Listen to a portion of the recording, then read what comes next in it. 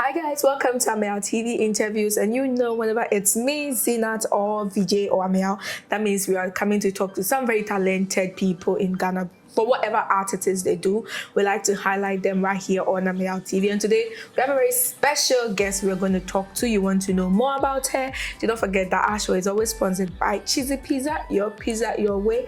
And whilst you're at it, please subscribe. We'll be right back with more. The pretty mommy hips of a killer man. Make me fly with a wings like a Peter Pan. Pussy grip on your stick like a charlatan.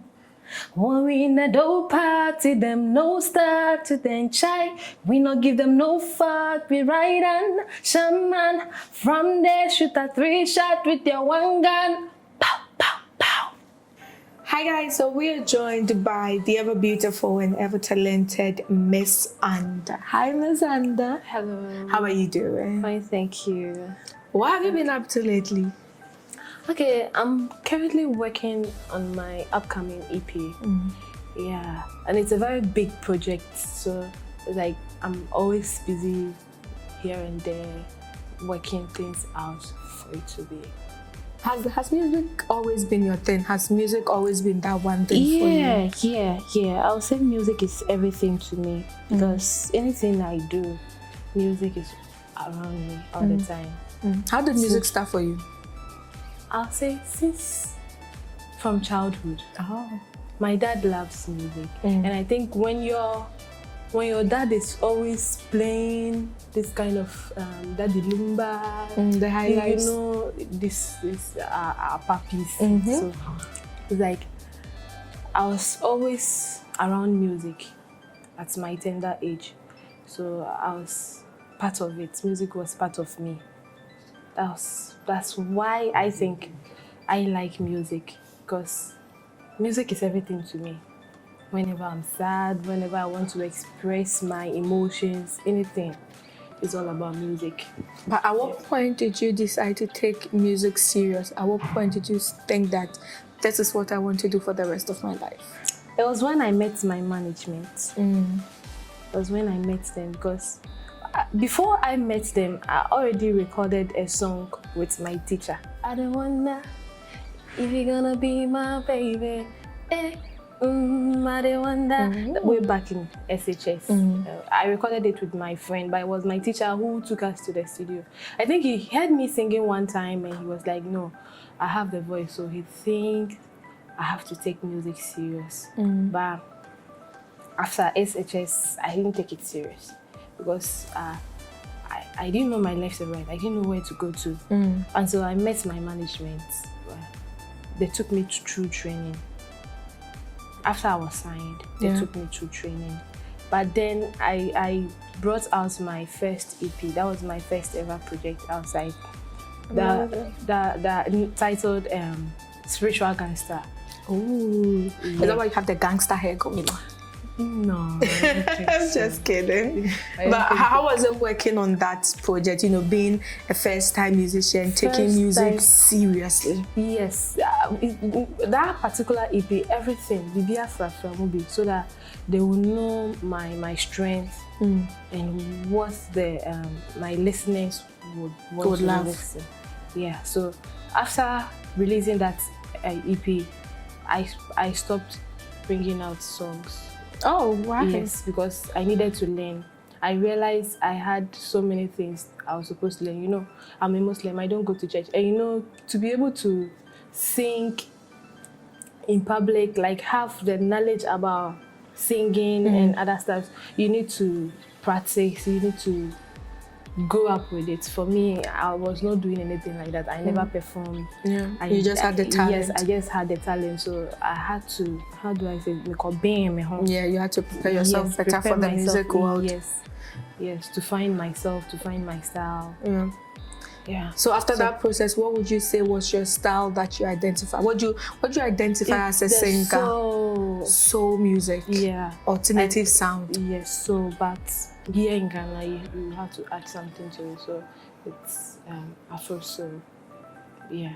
That was Afro what soul. I found for myself. But you need to do a bit of everything. Yeah. You need to do everything for you to be able to stay. Amazing. So your first EP, you know, like you said, it was a trial EP. Yeah. But during that time, after the EP, you've gone to prepare, you've gone to better yourself. What has the journey been after that? Okay, it's been cool though, because after my training, I recorded this song, episodes song, Too Much. Too Much. You made a rendition of it. I made a rendition of it, and the feedback was good. So I realized, okay, it's time for me to bring out something. So I went to the studio. When I went to the studio, I recorded so many songs. But the first song I brought out was Maybe. And Maybe surprised me with the streams that I had. It surprised me. So later, I later brought Live Longer. And it's also doing well. Okay. So I think I'm very much ready. So the next project I'm bringing out is the EP. You know, there's a lot of talk about how the Ghanaian music lovers are not very known to Afro soul and alternative sound. How has that been challenging for you? And what are some of the things you think you're going to do different that's going to make people fall in love with the Miss Anda sound? Like, I think I always do something different in my songs. It's like when we are all doing the same thing, you will not see the uniqueness about me. So if I'm doing something different, I don't like challenge. It's like I don't want to be in a competition with anybody. You are in your lane, the Miss Anda lane. Yes.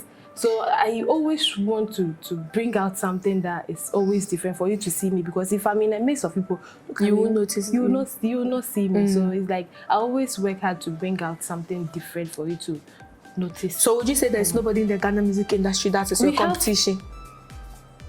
For now, I don't really know, dear, but I think there might be some people somewhere doing what I'm doing. But it's all comes to the fact that if you are doing something differently, your lyrics tells, your rhythms, the melodies, everything. Yes. So like for me, I think I'm doing something differently. You will hear someone also doing Afro soul. If you listen to the rhythm, everything, you know it is Afro soul. But when you come to the lyrics, it's different. When you come to the melodies in there, it's also different. It's totally different. But do you think the Ghana music industry is ready for people like you? For people like me, it's up to me to keep on pushing. To make them notice you. Yes. That is a really true one. If I keep on giving them what they've never tasted before, you know, in this world we always fear something that we don't know. So if they become used to what I'm giving them, they'll buy into my idea. Amazing. Speaking of what you are giving them, what are you giving to music lovers to fall in love with your sound? What was the project you're currently working on that we need to know about to get to know you more as Miss Anda? This EP I'm currently working on. What's the title of the EP, by the way? The Voice of Lilith. The Voice of Lilith. Is your English name Lilith? No. So who is Lilith? Is that your mom? No. Tell us the story behind the name for your EP. It's like this particular EP, I believe it was given to me by God. Oh. Because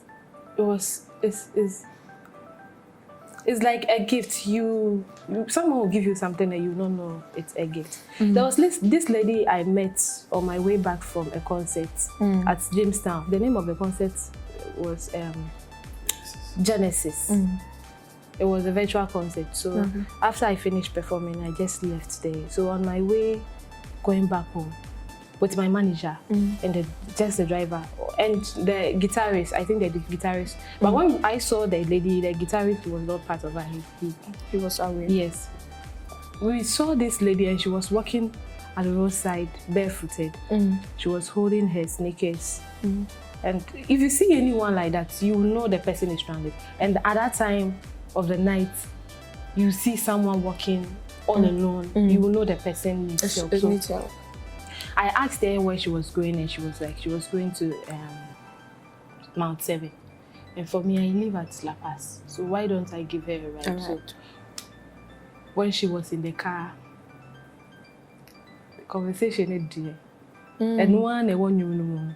Oh. How the conversation went, you know, it was It was surprising because you've not seen someone before, you've never met the person before, but suddenly the person starts talking about her erotic lifestyle, how her sex life is, the kind of men she has met. Oh, it was first time stranger. First time for me. I thought if you can meet someone today and the person will show you his or her character that day now, so I didn't take it serious. But I went home. I got home that night. I slept. I dreamt about her. Still, I took it normal. Wow. It continued for 5 days. You just kept dreaming about her. Kept dreaming about her. My many soon say me go back to sleep. I'll still continue the dream. Wow. Someone I just met once. Someone I just met once. So, it was quite strange. So I told my team, and fortunately for me, I had. One of them is a pastor, and the girl introduced herself as Lilith.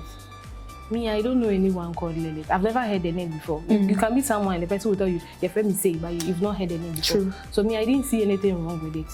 So when I told my team, the pastor told me that there is only one person who is called Lilith, and it is the first wife of Adam. Oh. And she's also known as the demon of lust. Ooh. So it's like, I see the connection. Erotic messages, erotic stories, and demon of lust. Yes, demon of lust. And for me, I was not scared. The bosom cries. It's life. It's life. And it was like, what I saw in the dream, the songs I heard in the background, it's like, we put everything on paper and you created this magic. Yes, made melodies out of it. But some of the songs were directly from the dream. Oh. The Making Love. That's the fourth song. On the EP. On the EP. And that you got the words, the lyrics, the melodies, everything from your dreams. The instrumentals in there was like, I was not getting it clearly. So they were produced to match the lyrics. Yes, I was getting frustrated by that song. I was even praying, okay, wait there, my bremian I'm the buy it. Yeah, you feel, because anytime I hear the song, it was like, no, it's not right. It's like, it was very bad in my ear. So we decided that, okay, then we should take all the instruments out and leave just the piano. So that song is purely just classical. Yes. How many songs are on the EP? I'll say it's 5. Plus the intro, making it 6. So out of the 6, let's say, including the intro, out of the 6, which one? I know it's all inspired by the dream, but which is that one particular one you want people to hear and identify that this is a song we need to love? Which particular one would you pinpoint as being that one song for you see being a hit song? Okay. Me being a soul person, kind of person, I'll choose the Spanking You. That's the first song. Not the intro. The first song after the intro. The first song is like, I will listen to it over and over again. Because there are certain words that she said to me that are in there. When she told me those words, I was like, wow. How can you say this? It was like, can I say it? Because of course. I think that's what we are all excited about. Like, we want to hear the voice of Lilith. Like, he gonna fuck me like an ogre monster by default. Crucify me, pussy pan, go, man, you got to feel God. How can you crucify someone? I always listen to that side over and over. But I'm abusing the song. I love it. What would you say is the ultimate message from this EP? What would you want people to hear this EP and feel? Even though it has the elements of lust in there, but what's the message? For me, my what I want people to know is, and pay attention to, is the artistic side of it.